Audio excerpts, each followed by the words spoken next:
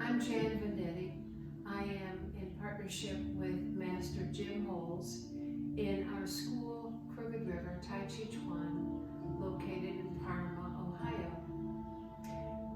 Jim and I have decided to make videos for our beginner students and intermediate and advanced students so that they can keep up with their lessons while we have had to close our school due to the pandemic.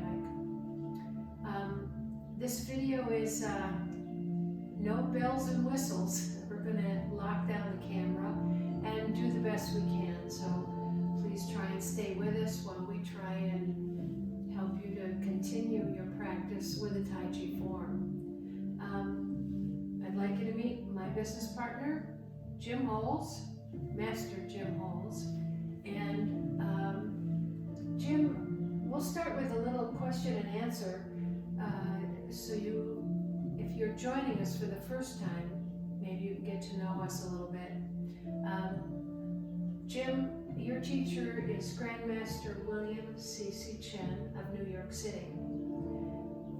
How long have you been practicing with him? Yes, my teacher, Grandmaster William C.C.Chen, opened his school in 1965. I personally began my training in 1982, studying Shaolin Kung Fu, Tai Chi Chuan, and some QiGong. And 3 years later, in 1985, I met Grandmaster Chen and began studying with him. I've been with him for a little over 35 years now. Okay, who else did you train with? I know you've had some pretty famous people who you worked with. Well, in addition to Grandmaster William Chen, I've also studied with the late Grandmaster Dr. Tao Pingxiang of Taipei, Taiwan, as well as the late Master B.P. Chan of New York City. How old is Master Chen now? Master Chen turned 87 years old in February of this year. His school is in Manhattan, in New York City, Manhattan, and he has opened his school there in 1965, where he's been teaching ever since. My interest was always in some kind of martial arts when I was younger, but I couldn't find anything that really was what I was looking for.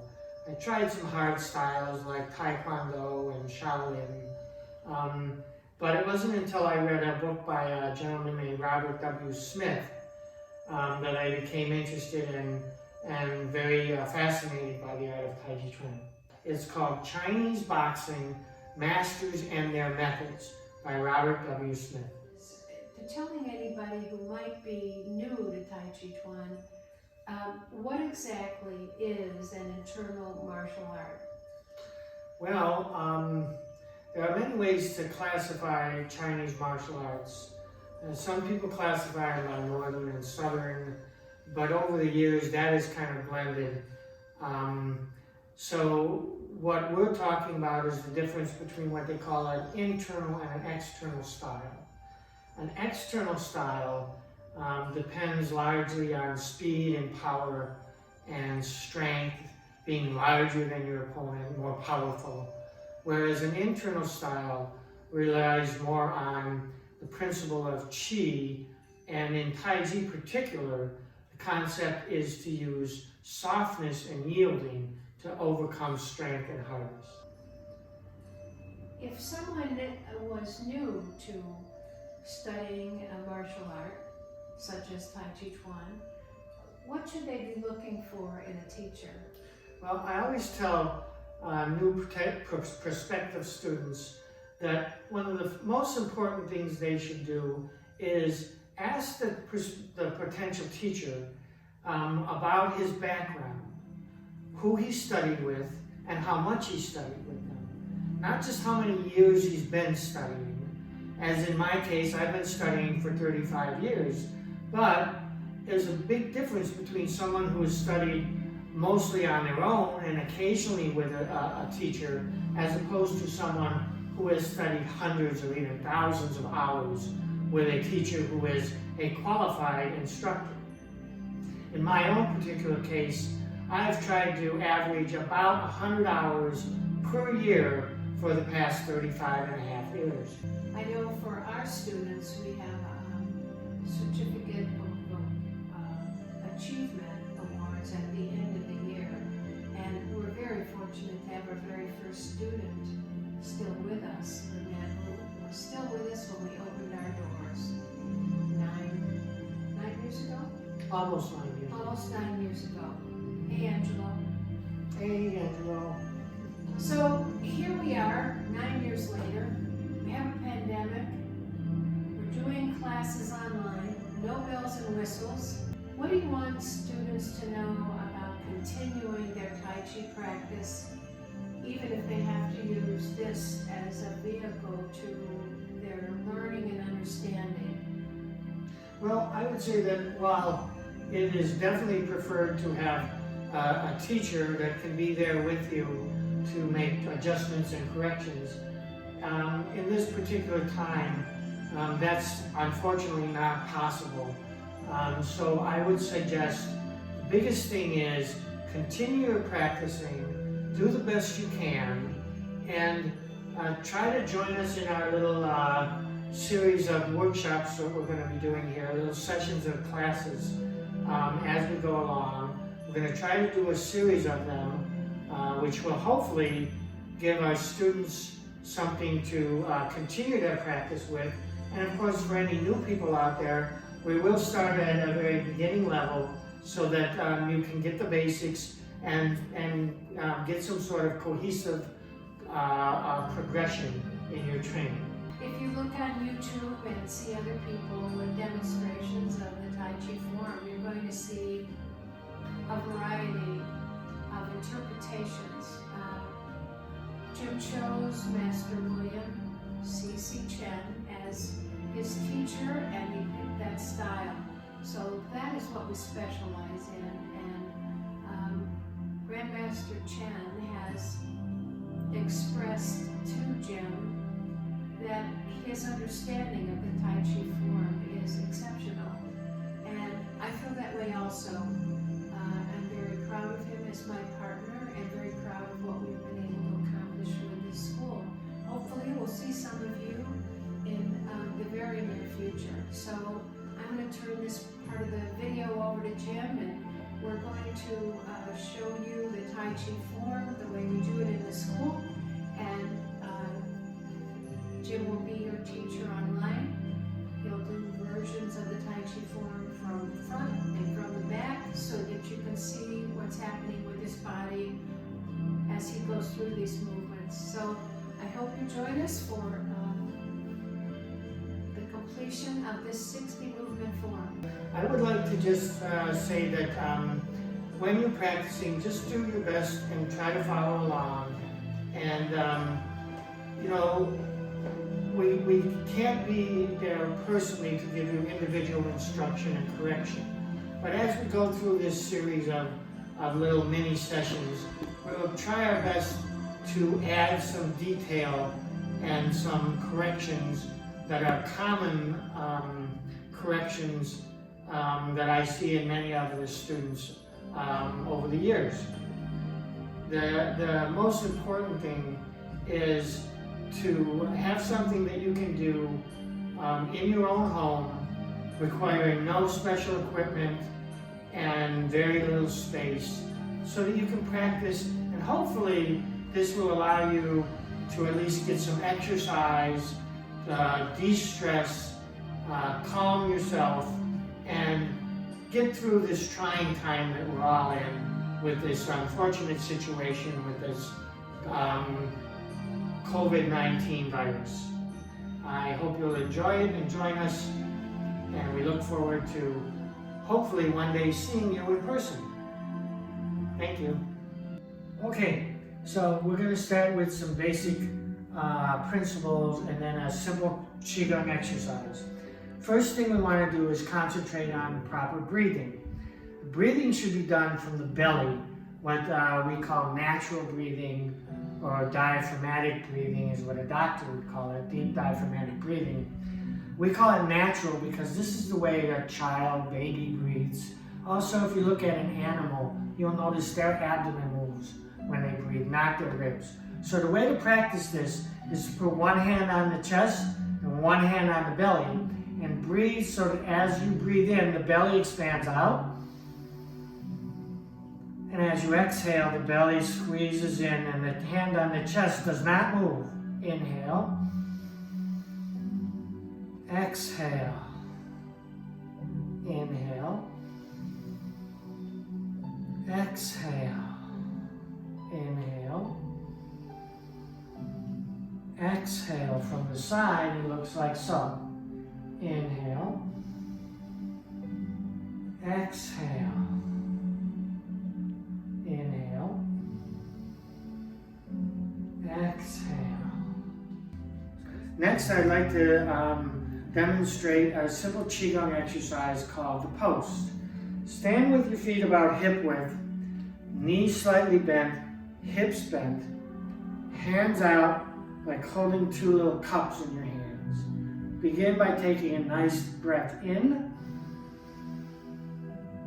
Now as you exhale, slowly sink down like you're going to start to sink into a chair and close your fingers. Inhale, come back up out of the hip and open the fingers. And repeat that. Exhale, sink down, close the fingers. Inhale, open the fingers. Exhale, close the fingers. Inhale. Exhale. Try to move slowly, about a 4 or 5 count per inhale and exhale. Inhale. Exhale. Now I'm going to demonstrate this using this chair over here because I want you to see the proper way of doing this hip action. What I'm going to do is put my toes slightly under the chair. If you don't have a chair like this, you can use a couch or a bed. A couch works very well. The only thing you shouldn't do is use something like that bench because it is a hard surface and will irritate the knee. What you want to do is put the knees up against the chair and keep them there as you do the action.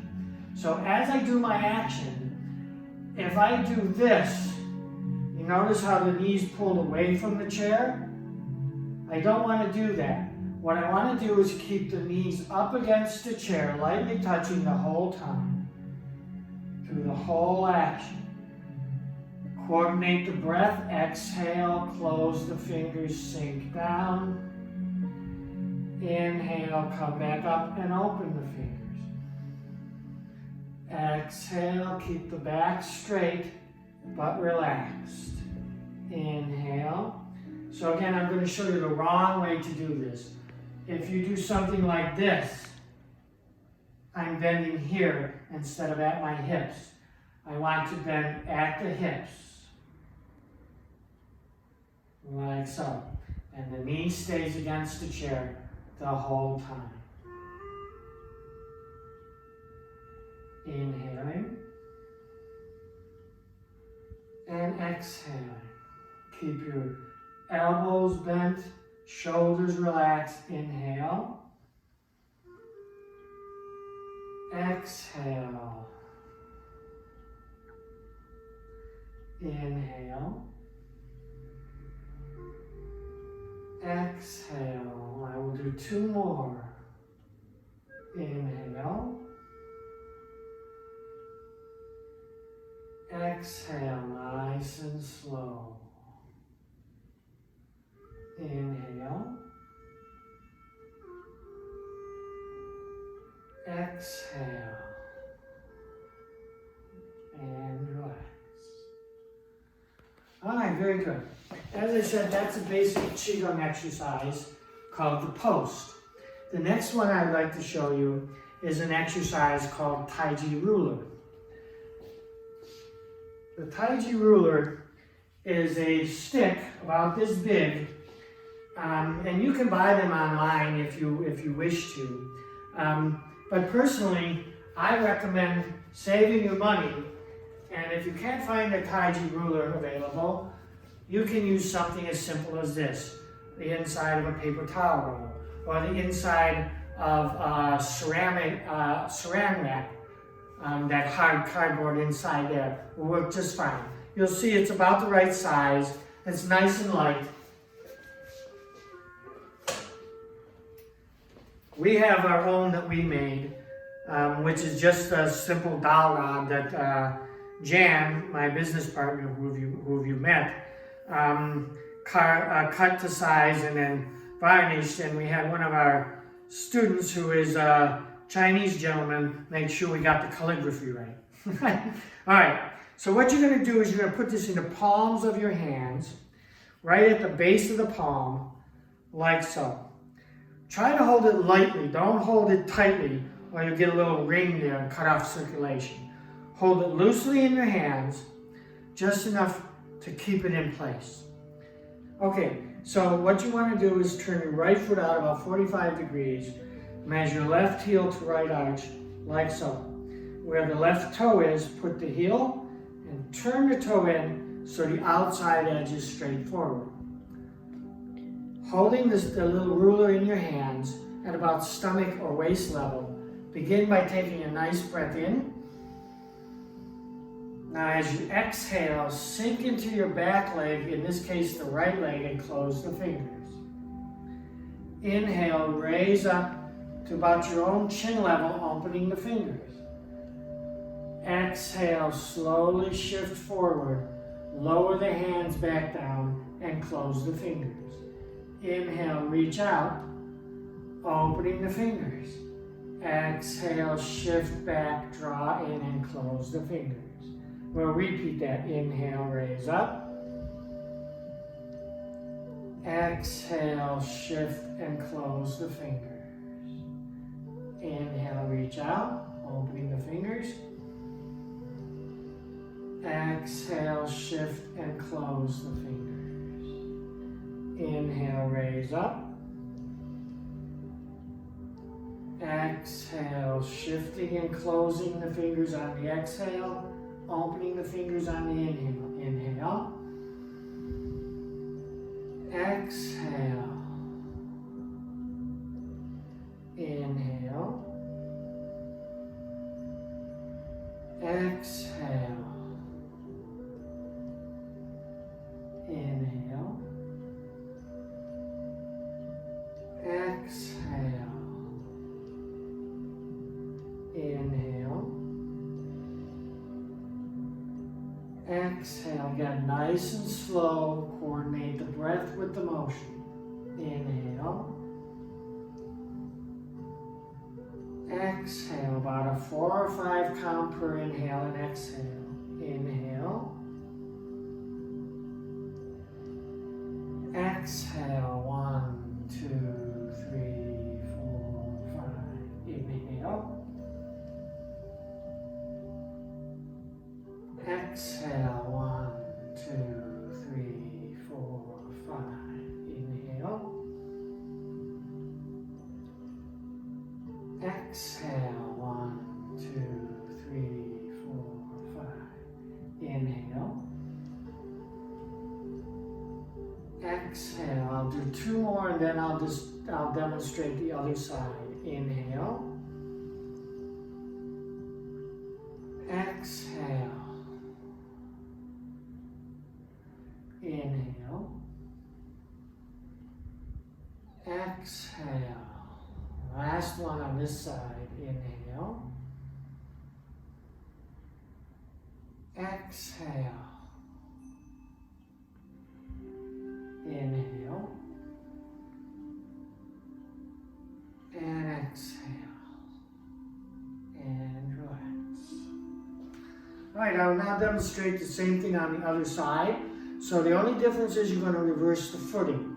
You're going to turn the left foot out about 45 degrees. Right heel to left arch. Where the toe is, put the heel, straighten the toe. Relax. Remember to keep your arms away from your body, not up close. Keep that space between your arm and your body. What Master Chen would call keeping your toes in. Relax. Take a nice breath in. Exhale. Sink into the back leg. Close the fingers. Inhale. Exhale. Shift and close the fingers. Inhale. Exhale. Inhale. Exhale. Inhale. Exhale. Inhale. Exhale. Inhale. Exhale. Inhale. Exhale. Inhale. Exhale. Two more. Inhale. Exhale. Inhale. Exhale. Last one. Inhale. Exhale. Inhale. And exhale. And relax. All right, very good. As I said, that is a simple QiGong exercise called the ruler. At this point, I'd like to move on and do a little demonstration of some basic footwork. So this is very much the basic footwork for 80% of what we're doing in the Taiji forms in the classes that I teach. There'll be no arm movements in this. It's just to teach you how to move your feet, how to turn and pivot on the heel and toe properly. Okay, so start with your feet, heels together.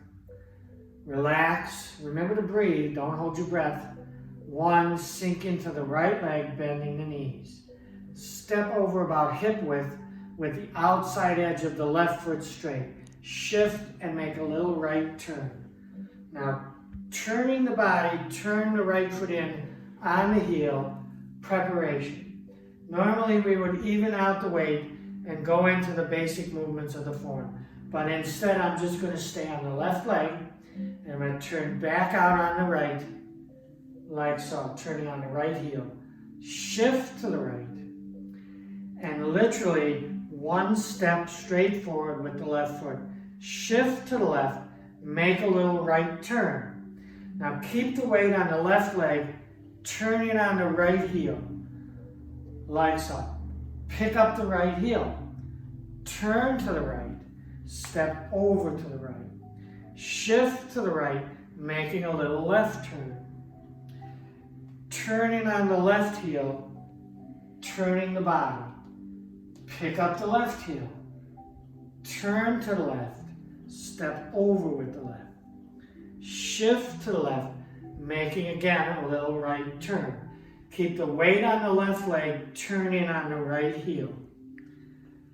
Pick up the right heel, turn to the right, step over with the right. Shift to the right, making a little left turn. Keep the weight on the right leg as you're turning on the left heel. Now, to change directions, we're going to walk this in a circle. Shift back to the left. Turning on the right heel. Shift to the right. Step around with the left, heels together, then move over hip width. And again, one step forward. Shift to the left, making a little right turn. Keep the weight on the left leg, turn in on the right heel. Pick up the right heel, turn to the right, step over with the right. Shift to the right, making a little left turn. Keep the weight on the right leg, turn in on the left. Pick up the left heel, turn to the left, step over with the left. Shift to the left, turning to the right. Turn in on the right heel.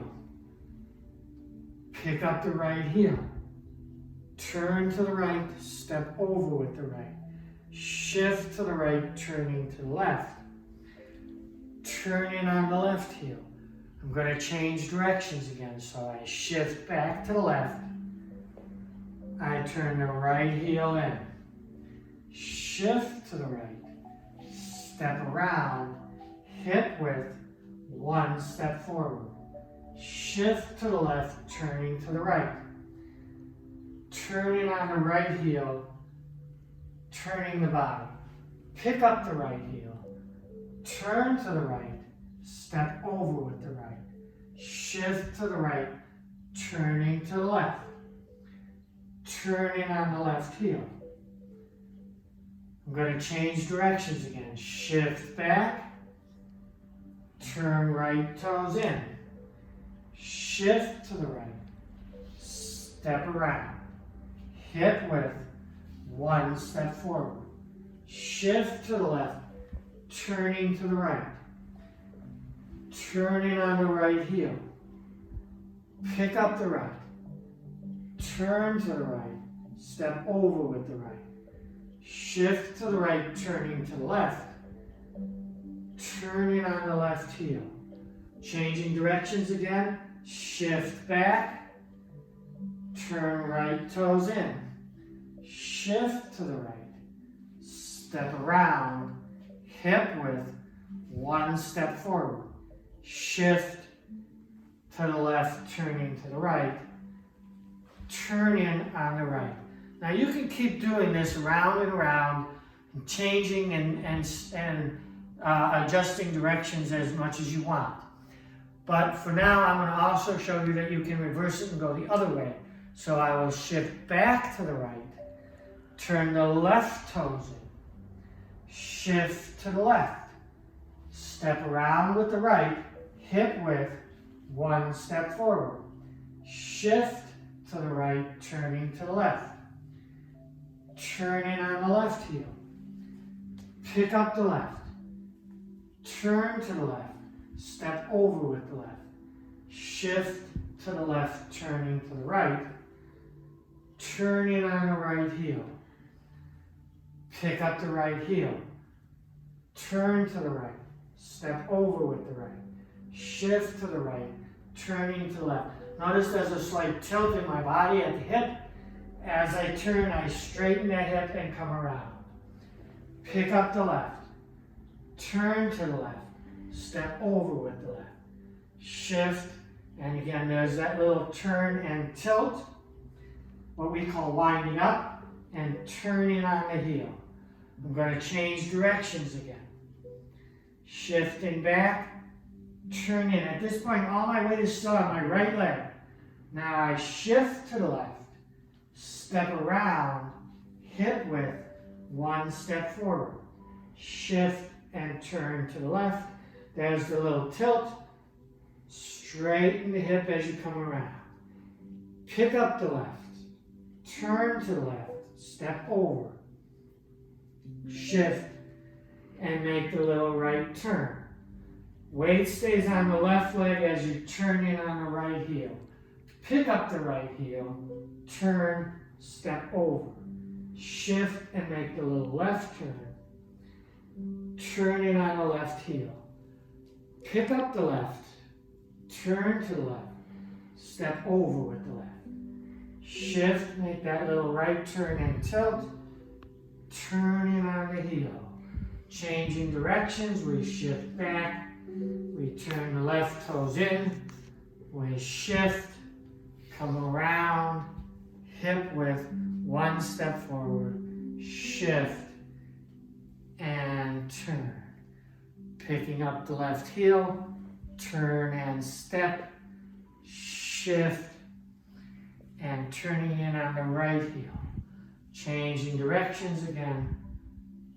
Turn in, shift. Once you get the idea, you won't have to measure the hip width. You'll just go right to it after a little practice. Like so. Pick up, turn and step, shift,